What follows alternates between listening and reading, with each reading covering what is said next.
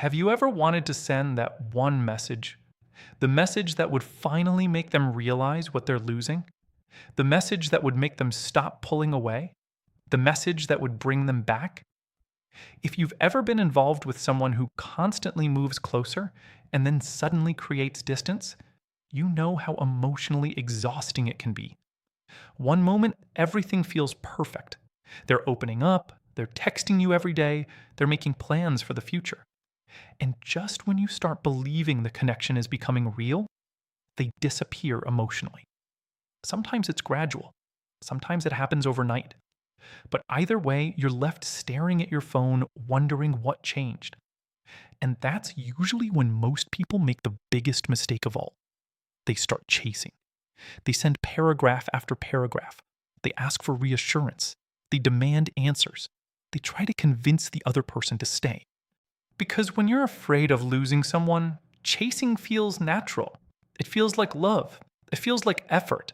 It feels like fighting for the relationship. But to someone with strong avoidant tendencies, chasing often creates the exact opposite result. The more pressure they feel, the more distance they want.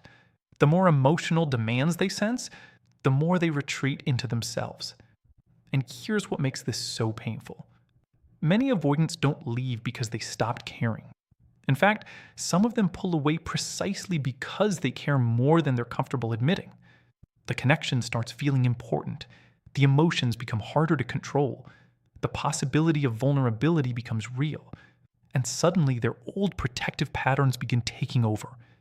Instead of moving toward intimacy, they move away from it.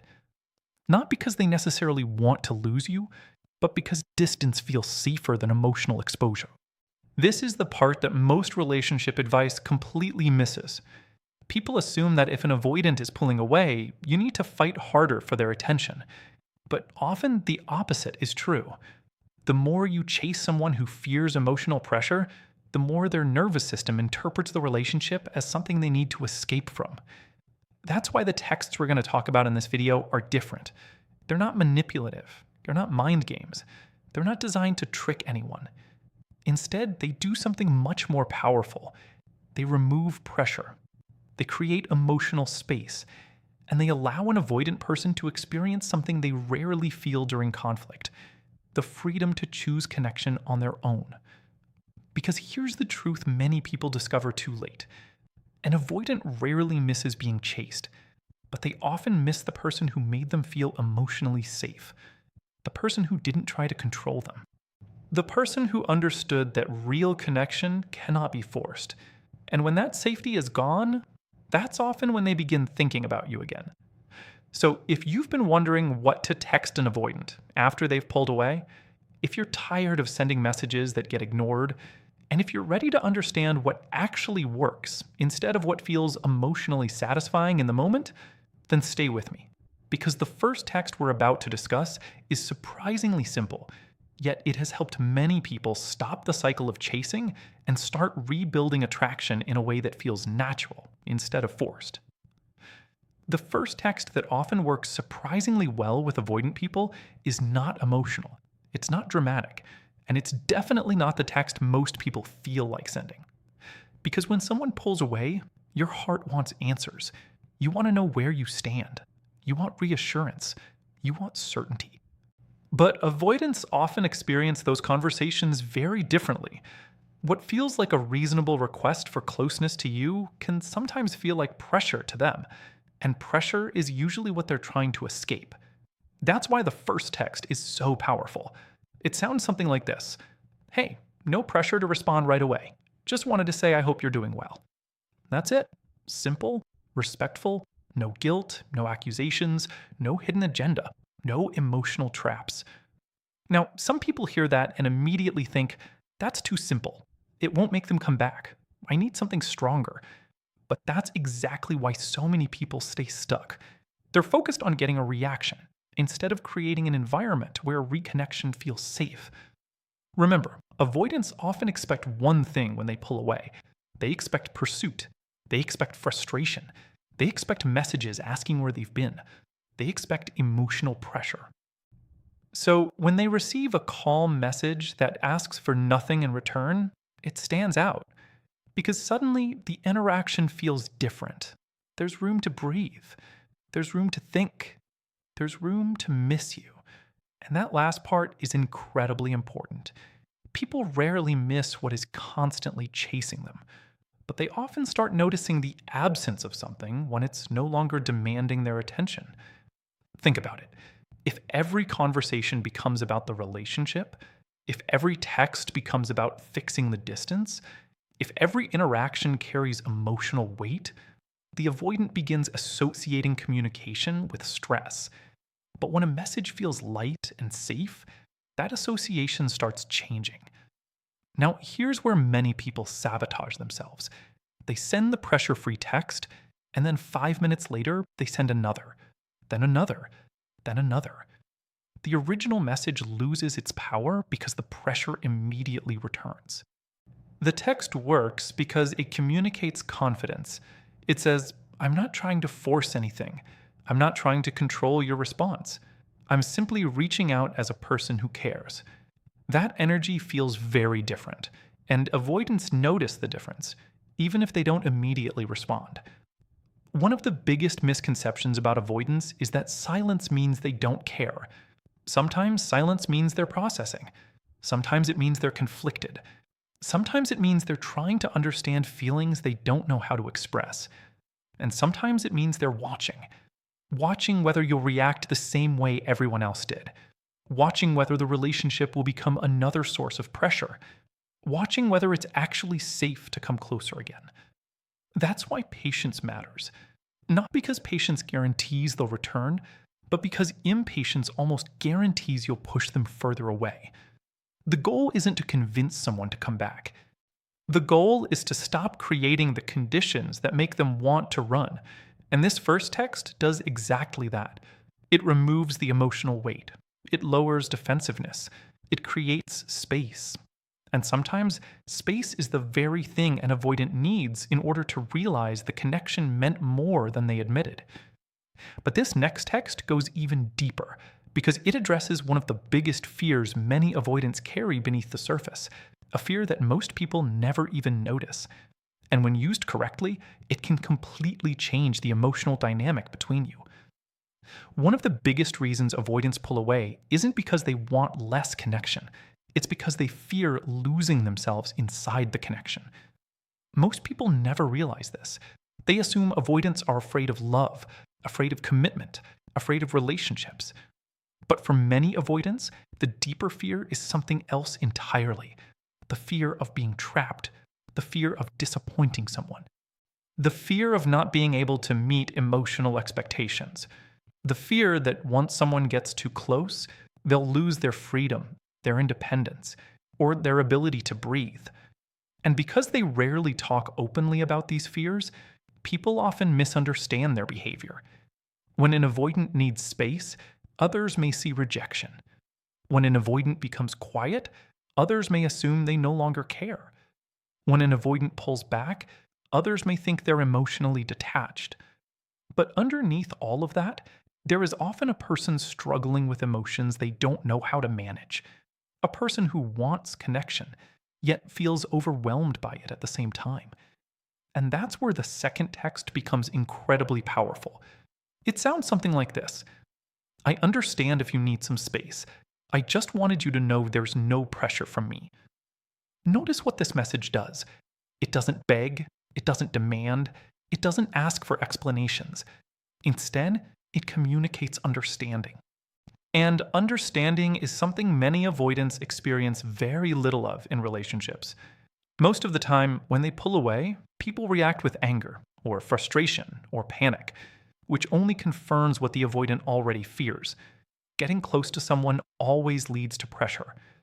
But when they receive a message that acknowledges their need for space without punishment or guilt, something unexpected happens. Their defenses often begin to lower. Because for once, they don't feel like they're being forced into a corner. Think about how rare that experience is. Most people become more demanding when they feel distance. This message does the opposite. It says, I see what's happening.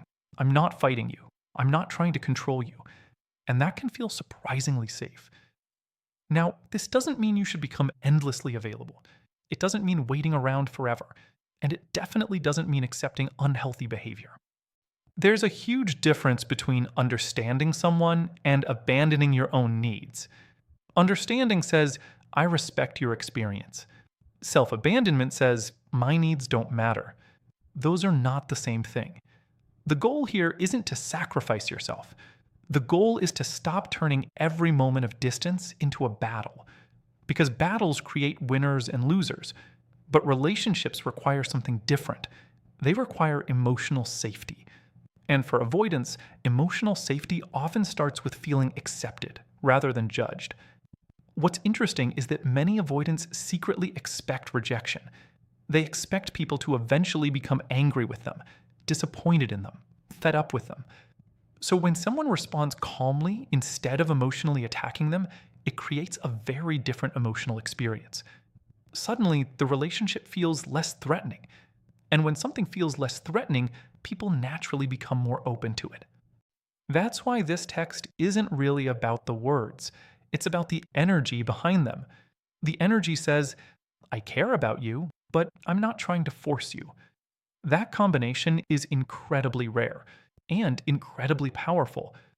But now we're about to get into the third text, and this is where things become really interesting.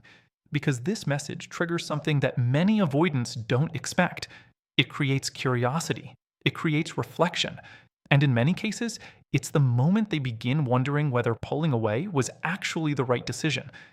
The third text is effective because it doesn't focus on the relationship at all. Instead of talking about problems, distance, or feelings, it simply reconnects through a positive moment. For example, this reminded me of you today and made me smile. Hope you're doing well. That's it. No pressure, no hidden question, no attempt to start a serious conversation. Why does this work? Because many avoidants begin expecting every message to become emotionally heavy. They assume a conversation will turn into questions about where they stand, what they're feeling, or why they've been distant. When they receive a light, positive message instead, it feels different. It reminds them of the connection without making them defend themselves. And often, that's what creates curiosity. They start wondering, why isn't this person chasing me? Why does this conversation feel easier than I expected? The key is that you're sharing a positive moment, not asking for anything in return. You're giving them a reason to think about you without creating pressure. Many people make the mistake of constantly discussing the relationship. But attraction and connection are often built through shared experiences, laughter, memories, and positive emotions. This text quietly brings those things back into focus.